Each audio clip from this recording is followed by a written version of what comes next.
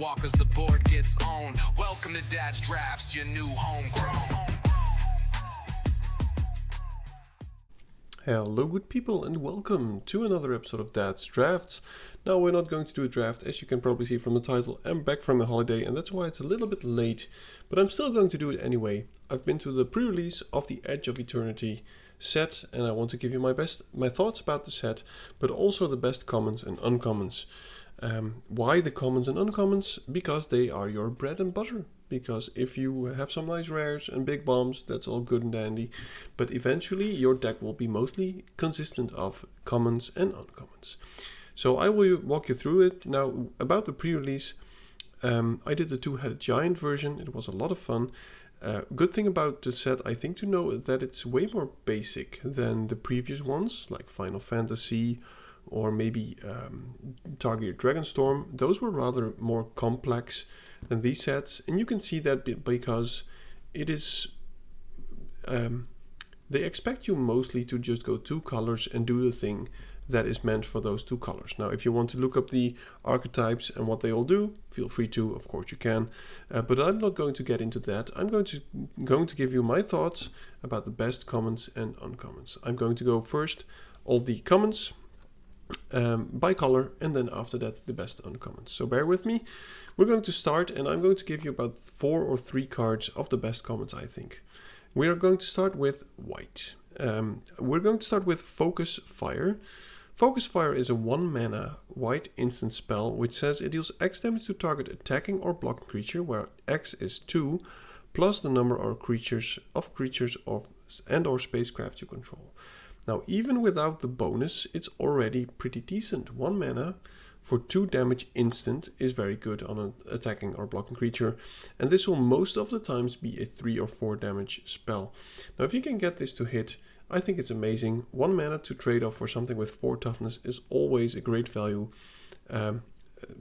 way to get value, simply because you spent 1 mana and the opponent spent way more mana on his thing. We'll get to the next one, which is the Dock Worker Drone. Now this creature is a 1/1 artifact for a white and 1 generic mana, and it enters with a +1/+1 counter on it. So it is a 2/2. And then it says, when this creature dies, put its counters on target creature you control. Now why I think this is a very good one? Because it plays into a lot of archetype things. There's stuff that cares about counters, there's stuff that cares about artifacts, and if this dies and you put the counter on something else, for instance a flyer or any target really, it was 2 mana for 3 power and 3 toughness, which is very good. It becomes even better if you have a way to actually put more counters on this, and I believe that there are. Let's go to the next one, and it's the second to last for white commons. It's Knight Luminary. It's a 4 mana creature with human knight. When this creature enters, create a 1/1 white human soldier token. So if you just play it for the normal cost, you get 2 bodies, a 3/2 and a 1/1. But you can also warp this. Now, warp is a new mechanic, and you pay it for its warp cost, which I think is almost always, or I think it's always, no, it's not always. It's very often 2 mana, and when you do it, it enters the battlefield, so you get the trigger, but at the end step it gets exiled and you can play it later in any of the future turns for the real cost.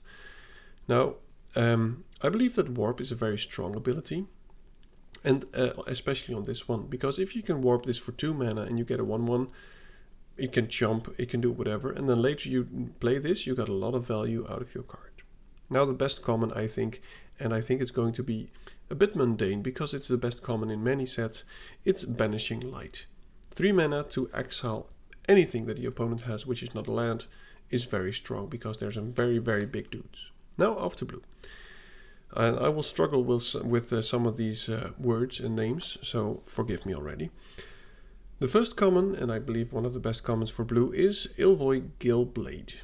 Now, I believe that's a 1/1 for 1 mana, flash, flying, and you can sacrifice this creature and draw a card. If you play this on turn 1, or maybe in the opponent's turn and turn 1, and you choose not to do a counter spell, this is great value. You can swing maybe 2 times or 3 times at your opponent, and you can just sacrifice it and get another card back.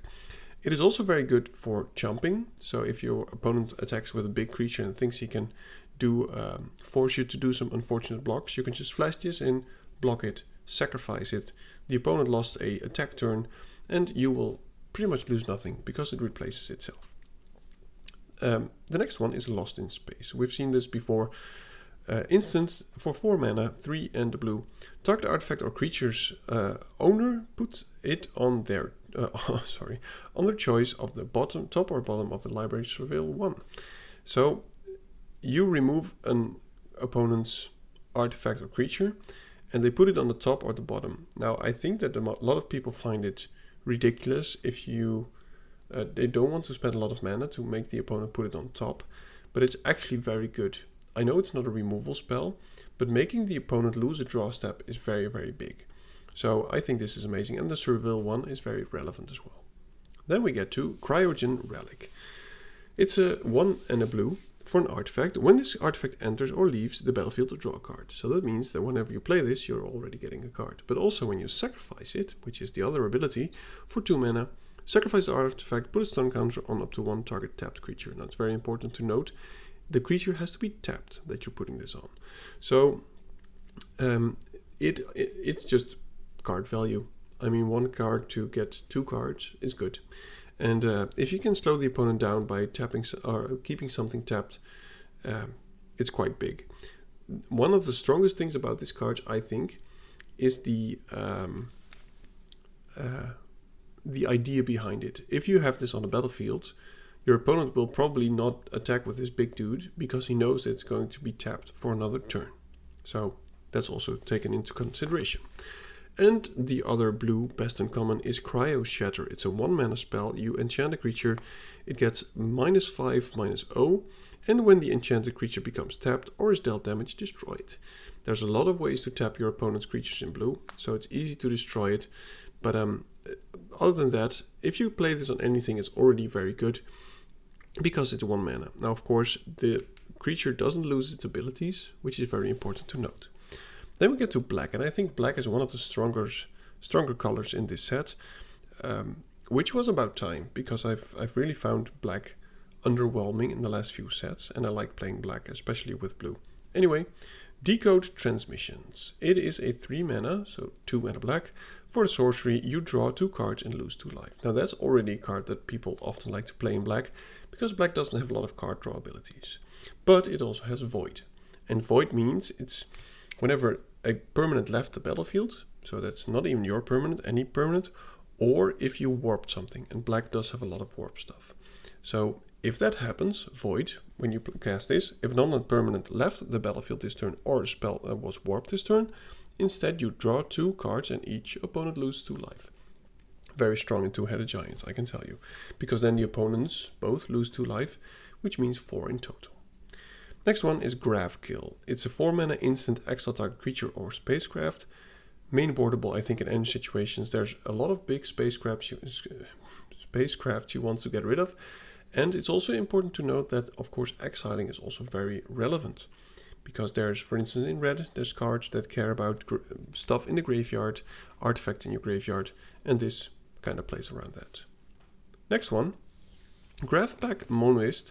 This is a 3 mana 2/1 flyer, which is okay, but when it dies, crit attack 2/2 colorless robot artifact creature token. I think this is pretty good because there's a lot of stuff which cares about artifacts, and also it makes your opponent not want to kill this. So if you play this on turn 3 and you get in for a few swings, then at some point your opponent wants to kill it, but also doesn't want to kill it, because it will leave you another body, and that would be great value. Now, if you can sacrifice this in any way, if the opponent triggers it or tries to kill it, it's even better value.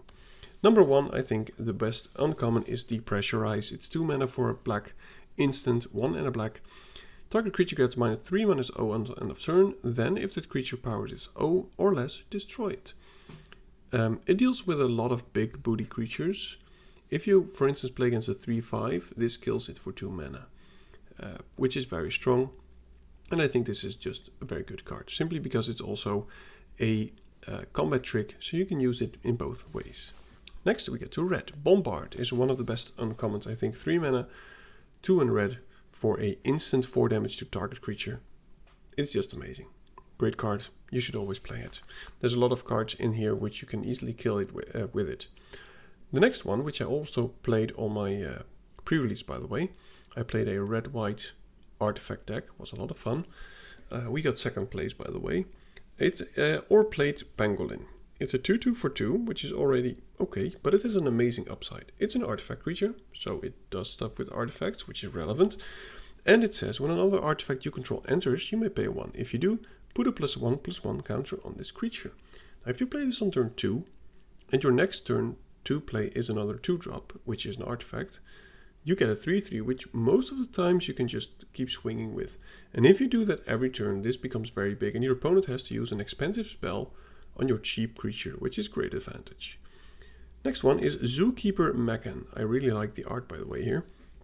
It's a 1/3 robot for 2 mana, and it has adds red to tap it. So if you tap it, you get red mana, which is very good, because you can always use that in opponent's turns as well.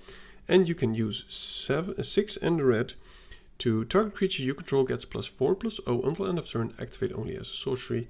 In the late game, it just gives great value to your creature. If you have a flyer, for instance, you can pump with it. It's amazing value. Now, I think the most relevant thing about this is it being able to be a decent blocker, and at instant speed just give you red mana whenever you want. So if you play this on turn 2, that means that your next cast on turn 3 can be a 4 mana spell, which is very good. The best uncommon for red, I think, common, excuse me, not uncommon, I hope I didn't say that wrong all the time. The best common for red is Plasma Bolt. It's a 1 mana 2 damage on sorcery speed to any target. So that's also the face, can be very relevant, because red does have a lot of stuff which deals damage to the opponent, and this can be a great way to finish it off. And it has Void. Plasma Bolt deals 3 damage instead if a non-land permanent left the battlefield this turn or a spell was warped this turn. I think very good. You will very often get 3 damage in for 1 mana, which of course is no lightning bolt, but it's very good. Then we get to green. The first green I want to mention is Diplomatic Relations. It is a target creature, it's an instant for 3, excuse me. Target creature gets +1/+0 and gains vigilance until end of turn. It deals damage equal to its power to target creature and opponent controls. Now, if you didn't know already, they made a small typing error in this text. It should be target creature you control, which is relevant because otherwise it would have been amazing in Two-Headed Giants, for instance. Or you can also target your opponent's creature, which is not the whole idea. But in of itself, if you can give your own target at instant speed +1/+0 vigilance and then it deals damage, which means you can often get a 2-for-1 or prevent an opponent's whatever trick. It's at instant speed, so it's very good. It's not a fight spell, it's a bite spell.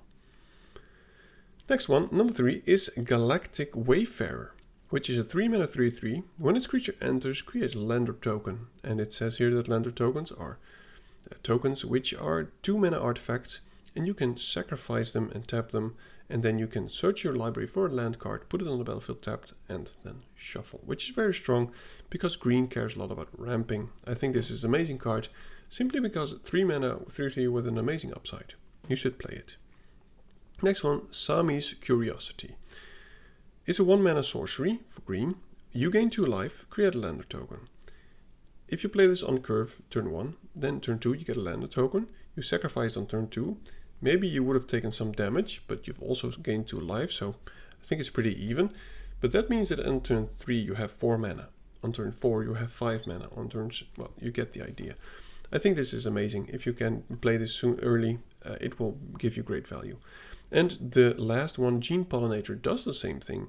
It says tap and untap permanent you control, so it can also be a land, so you can use it for fixing, because it adds any mana of any color. Of course, the idea of this is to have some silly token lying around, for instance a lander token. You can tap it, play this, and you will ramp yourself. Amazing. And now we get to the uncommons, and yet again, we'll start with white. You will notice that there's a lot of removal spells, by the way, in the top commons and uncommons, because I think that the removal spells are very strong in this set. We'll get to the first one for white, which is Seam Rip. It's a 1 mana enchantment. When this enchantment enters, exile target non-land permanent an opponent controls with mana value 2 or less until this enchantment leaves the battlefield. We've had one in previous sets, which was the Portable Hole, which deemed to be very good. This is always an advantage. There are some very strong 1-drops in the set, which you want to exile. And even if you just use this on a regular 2-drop, that means that you will have gotten an advantage because you used 1 mana and they used 2 and you both have nothing. So I would play this if I were you. Next one is Rayblade Trooper. It's 3 mana for 2/2. When its creature enters, put a +1/+1 counter on target creature you control. Now I said before, there are some cards which care about counters, so this does that thing. So at worst, it's a 3/3 for 3. But it also says, when a non-token creature you control with a +1/+1 counter on it dies, create a 1/1 white human soldier creature token. Now it's important to know that it doesn't have to be another. So that means that if you play this as a 3/3 on itself, and this dies, you get a 1/1 out of it. Now, die triggers are not the best, but I think this one is pretty decent. It's also important to know that it has warp, so you can just play this for its warp cost, put a +1/+1 counter on something, and it will be on the battlefield. So if you then go to combat with a creature which has that counter, and that creature dies, you get a 1/1. And then this gets to exile, and you can play it later again. Very, very strong card. Next one is Starfield Shepherd. Starfield Shepherd is a 5 mana, 3 and 2 white, for a 3/2 flying angel. When this creature enters, search your library for a basic plains card or a creature card with mana value 1 or less, reveal it, put it into your hand, then shuffle. This is an amazing card, even if you don't have any 1-drops. You should always play this because you can thin out your deck, make sure that you hit those land drops, and you can even warp it for 2, which means if you don't have a 2-drop, you can play this. Make sure that you have your lands for the upcoming turns. Pick this very highly. Now the last, best uncommon, in my opinion, is all Fates Stalker. This is a 2/3 creature, and it says, when this creature enters, exile up to 1 target non-assassin creature until this creature leaves the battlefield, and you can warp it for 2. This card has a lot of ways to play it. You can use it on the opponent's creatures, of course, and then they will have 1 creature less. But since you can also warp it, you can bounce one of your own creatures. You can even bounce, if you play Two-Headed Giant, one of your friendly creatures with a great enter the battlefield effect. Or you can just bounce something off your opponent if it's relevant at all. It gets rid of enchantments which are on your creatures because you can bounce your own creature. This is an amazing card. Stats are not very hot, but there's a lot of things that you can do with this card. Let's get to blue. The first one I want to mention is Specimen Freighter. What does it do? It's a 4/7 artifact spacecraft. Now about the spacecraft, I will explain this one and you will see about the rest of them. It is an artifact, nothing you can do with it unless you crew it up. And you crew it up by tapping total power of creatures to get it to its plus, here you see +9, which means you need to put counters on it whenever you tap a creature for it to become an artifact creature.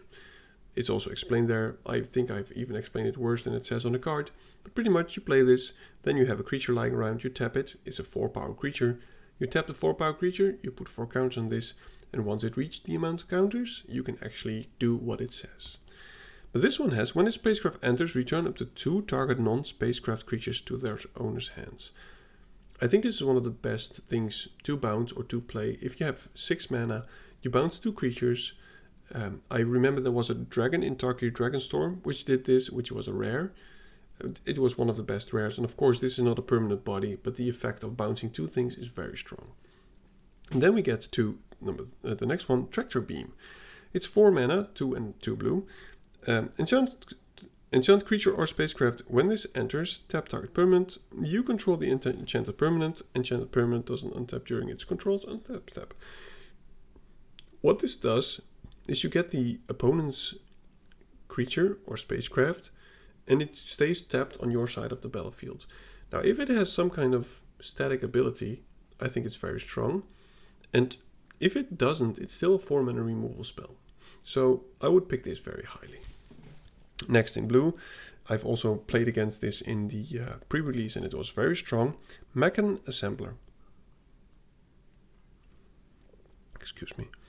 Mechan Assembler is a 5 mana, so 4 in the blue, 4/4 uncommon, artifact creature robot artificer. When another artifact you control enters, create a 2/2 colorless robot artifact creature token, This ability triggers only once each turn. If you can get this to trigger once, it's very good.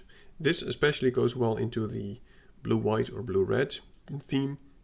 There's a lot of artifacts, and I'm pretty sure that once you have this, people want to remove it. And in and of itself, it's also an artifact which cares about the other stuff that you're trying to do. And last but not least, Code Cracker Hound. It's a 3 mana, 2 and a blue. Creature dog, 2 or 1. When this creature enters, look at the top 2 cards of library, put one into your hand and the other into your graveyard. Now this is exactly the same card as Zookeeper Mechan, but you can also warp this. So if you're playing slowly, or you're very far into the late game, you can just warp this, take your time, and then the next turn do it again, which is very good. This is one of the best uncommons in the set. And of course the other card in Target Dragonstorm, the Zookeeper Mechan, was a common. So you will not see this one around a lot, but I believe that was one of the best commons. So this will most definitely be one of the best uncommons. Let's get to black. We're going to start with Umbreal Color Zealot.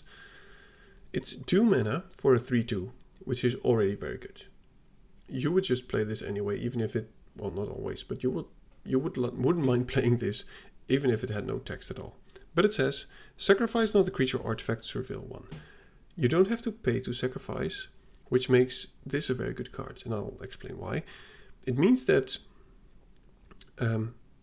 if you have any ways to take hold of your opponent's creatures, you can do this at instant speed and it won't cost you anything. You can also use it on your own creatures, so that makes it less appealing for your opponent to use removal spells, but because they know that you can sacrifice and get advantage from them playing their removal spells. I think this one is a very good card and you should pick this very highly.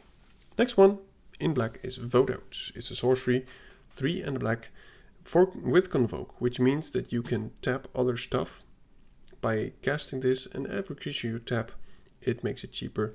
It says destroy target creature. I like the reference. Reminds me of that game, what's it called?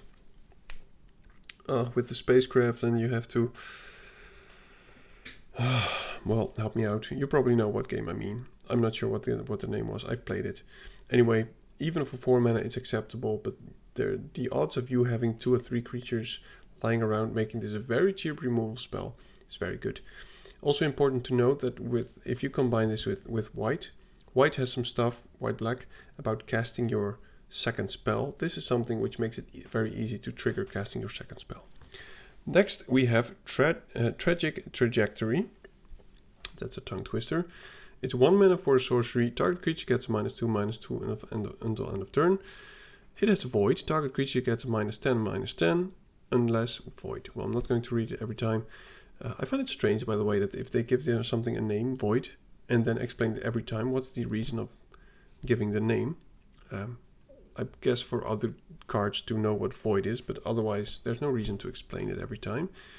Anyway, we had Dead Weight, I think it was, in one of the older sets, which was an enchantment, which did the same. But an enchantment doesn't fill your graveyard. This does. And it can even be better than that by giving something -10/-10, which is very easy to do, by the way, in this set. So this is first pickable in my opinion. And then we get to the best uncommon for black, which is Monoist Circuit Feeder. It's a 6 mana 4/4 flying Nautilus artifact creature. And it says, when this creature enters until end of turn, target creature you control gets +X/+O. And target creature an opponent controls gets -O/-X, where X is the number of artifacts you control. So at worst, this is a 6 mana 4/4, which gives one of your creatures +1, and one of your creatures opponent controls -1 toughness, which most of the times removes something. But let's be honest, if you get to 6 mana, you will probably have some more artifacts on the board. This will most often hit for 3 or maybe even 4, making it a very, very big payoff for a creature, which is already a 4/4 flying. I mean, even if this didn't have flying, I would still play it. Let's go to red. First red is System Override. It's a sorcery for 3 mana. Gain control of target artifact or creature until end of turn. Untap that permanent. It gains haste until end of turn. And then you get, if it's a spacecraft, put 10 counters on it. If you do, remove 10 charge counters from it at the beginning of your end step. So that means If you target an opponent's spacecraft, you can do something with it, attack with it or whatever, and then before the opponent gets it back, it will be a regular artifact again. This goes very well into the red-black theme, where you can sacrifice stuff. If you have this and you use it on your opponent's creature, you can do a lot of damage, and then in the second main you could just sacrifice it and your opponent will have lost a creature and a lot of life. Pick this highly, but mainly in black-red. Then we get to the next one, red, 6 mana for 6/6 reach. It has Landfall, it's Territorial Bruntar. I like the art, by the way, must say. I like the art of all the cards, most of them. I feel as if they have put more energy into making sure that all the art kind of goes together, where I believe in other sets it kind of filled all over the place. So I'm very happy what they did here, even though I'm not a big space theme fan. Anyway, back to the Bruntar. It's a 6/6 reach for 6 with Landfall. When a land you control enters, exile cards from the top of your library until you exile a non-land card. You may cast that card this turn. Very, very good late game card to give you card advantage. This makes that whenever you have this in play, any top deck is good. If you top deck action, amazing. If you top deck a land, also amazing, because it will still give you action. Next one, Cut Propulsion. It's a 3 mana instant, with red of course, 2 in a red. Target creature deals damage equal to its power to itself. If that creature is flying, it deals twice that much damage. This kills a 3/3, this kills a 9/9, this kills a 7/7, but if you have used it against a flyer, it kills pretty much every flyer. There's not a lot of flyers, which I believe there's one which is a 1/4, but even if the opponent has it, I wouldn't care too much about it. But I think it kills about pretty much every flyer in the game. And the best red uncommon, in my opinion, is Invasive Maneuvers. It's a 2 mana, 1 in red instant. Invasive Maneuvers deals 3 damage to target creature. It deals 5 damage instead if you control a spacecraft. Now, spacecrafts are all over the place. I believe that whenever you're going into green, maybe there's not as many, but red itself, especially with white, because they're both artifacts, cares a lot about this. 2 mana to potentially deal 5 at instant speed is crazy. I would pick this very highly. And then we get to the last but not least, it's green, and it's Social Engineering. It's the Chocobo Racetrack pretty much, but it's better. It is whenever land you control enters, create a 2/2 colorless robot artifact creature token. Of course, they don't have the landfall thing, but they're artifacts which are very useful in pretty much any combination, and you can warp this on any turn. So if you have some mana spent left over on whatever turn, you play this for its warp cost, you play a land, you get a 2/2, this comes back, you can play it later again. Amazing value. Next one is Larville Scoutlander, which is a green artifact spacecraft, 3 mana 3/3. When this spacecraft enters, you may sacrifice a land or a lander. So if you have one of those lander tokens around, this is also a way to cast them in, or you can just sacrifice a land. If you do, search your library for up to 2 basic land cards, put them onto the battlefield tapped, and then shuffle. And eventually becomes a 3/3 flyer. This is a very easy way to ramp. I would play this very highly. It also fixes you because you can look up lands, colors and stuff if you want to go into more than 2 colors. Next one, second to last, Glacier Godma, I think is an absolute bomb. There's a lot of ramp as you've seen in green. I think it's very easy to play this on turn 6 or maybe even turn 5. It is a 6/6 trample, and it says when this creature enters, create a lander token. Pretty decent, so you can use that mana to get an instant landfall trigger. And it has landfall. When a land you control enters, creatures you control get +1/+1 and gain vigilance and haste until end of turn. The fact that if you attack with this and your opponent wants to do some blocks, but you have a lander token, for instance, makes this an amazing threat, because you can pump at instant speed by just 2 mana and still ramping yourself. Great value. I would play this. And the last one is Atmospheric Greenhouse, which is a 5 mana, so 4 in a green, artifact spacecraft. When this spacecraft enters, put a +1/+1 counter on each creature you control. And eventually it becomes a flying trampler 5/4 if you put 8 in it. Now, I think it's very easy in green to put a lot of power into these artifacts because it has a lot of power for creatures. But 5 mana. If you curve out, or almost curve out, you have about 3, maybe 4 creatures lying around when you play this. It's a lot of power onto the board. I believe maybe the best green uncommon. And I know I want to stay into the color things, but there's one mention I want to do in the just plain artifact theme, which is Virulent Silencer. I think it's the only card to do something with poison counters, but I think this one will be overlooked and an easy way to actually win a game. If you have maybe 2 of these, I've actually done it during the pre-release and it was amazing. I curved out. This was I had some kind of 2-drop. I played this on turn 3. I attacked with the 2-drop. Opponent got 2 poison counters. Then the next turn, I played another one of these. Attacked with the other 2 creatures. Opponent got 8 poison counters and lost the game. So I actually managed to win with this on turn 4, which of course is a rare event. But I think that this card, if you are already into artifacts or you have some artifacts, this is definitely worth playing it because it makes all your artifacts way more of a threat. Now, thank you for watching. If you found my information at all interesting, feel free to let me know by clicking some buttons or giving me feedback if you disagree. And I will hopefully see you in the future when the set comes out in a few days. And I will most definitely do some drafts. I hope to see you next time. Peace. Grab the card, shuffle dreams in the palms. Dad's drafts roll heavy, we bombing like Psalms. Stacks on the table, strategies to flex. Running these lines like counterspell checks. Dad drafts in the zone, pulling rares from the throne. Mana on the stack, magic seeds we've sown. From poppers to planeswalkers, the board gets owned. Welcome to Dad's drafts, your new homegrown.